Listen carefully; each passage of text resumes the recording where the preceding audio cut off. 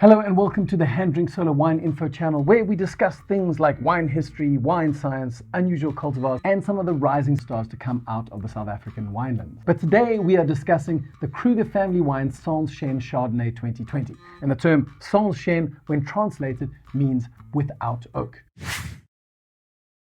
Now, it is generally true that in South Africa, unoaked Chardonnays are light, fresh beasties, most often fermented in stainless steel tanks, and are generally simpler than their oaked counterparts. That's outrageous! But with this wine, winemaker Johan Kruger set out to prove a point. He set out to prove that the world of Chardonnay is not binary, that the array of possibilities is far broader than simply oaked or unoaked. Put another way, he wanted to show that a new world Chardonnay could carry oodles of complexity even though there was no oak involved. Now, whether or not he succeeded in doing that is for you to decide. Now, when it came to the making of the wine, Johan Kruger set out to prove his point by fermenting and maturing part of this wine in concrete eggs.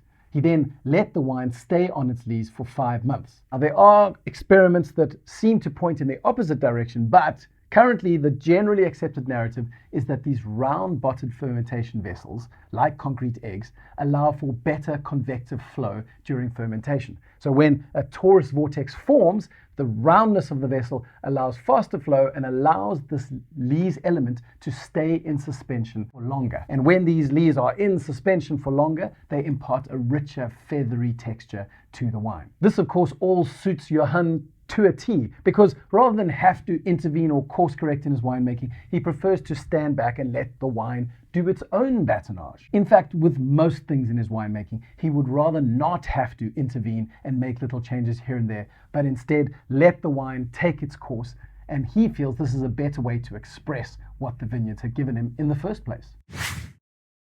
When it comes to sampling the wine in the glass, this leesy element that we've been discussing is quite obvious on both the aromas and on the palate. When we give it a sniff, we get this fascinating mix of leesy, bready notes, but also a lot of stony, gravelly, concrete dust, which is in the wine. Now, that could be psychologically. It could also very well be in the wine. I'll let you decide. And then outside of these dusty, gravelly elements, there's also fruit notes like white nectarine, a little bit of peach blossom, and some citrus. Moving on to the palate. This leesy texture is supremely pronounced. It's mixed in with that kind of gravel dust, and those elements all run over the top of the fruit core, which is actually quite restrained. A little bit of white nectarine, and then that stone fruit segues into a kind of citrus snap of white grapefruit bitterness and a touch of Seville orange. I guess what's most fascinating for me is that unoaked Chardonnays often rely on supreme clarity of fruit or perhaps jowl-splitting acidity in order to earn its points. And yet this wine leans away from that and actually leans more into a sense of texture in order to show how impressive it can be. If anything, the fruit element in this wine is rather restrained, which perfectly suits the purpose of allowing that texture to stand front and center in the limelight. Now, the map geeks amongst us will be quite interested to know that this wine was grown over 700 meters above sea level in the Kloof, which is of course up on the northern end of the Swartland.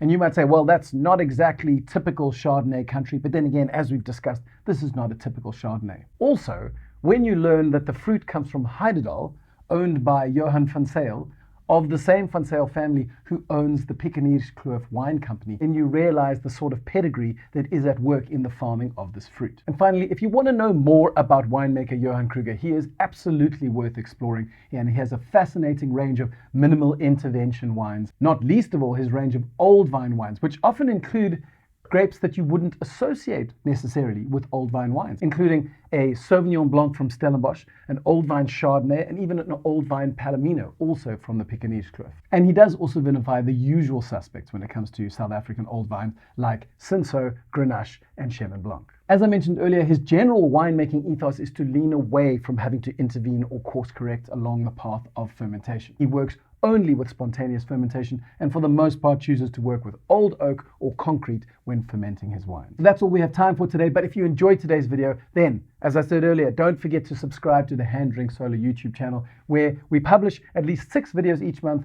on wine science, wine history, unusual cultivars, and some of the rising winemaking stars coming out of the South African wine.